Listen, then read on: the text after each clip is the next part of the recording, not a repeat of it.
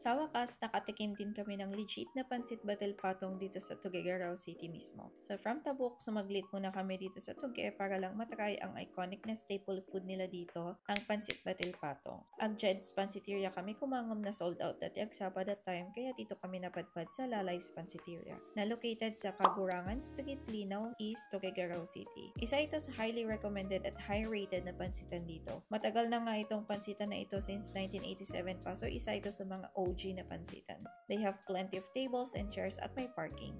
Open kitchen nga pala sila dito kaya kita mo yung proseso kung paano nila lutuin yung order mo. And they use fresh ingredients, tapos firewood ang gamit nila na pangluto.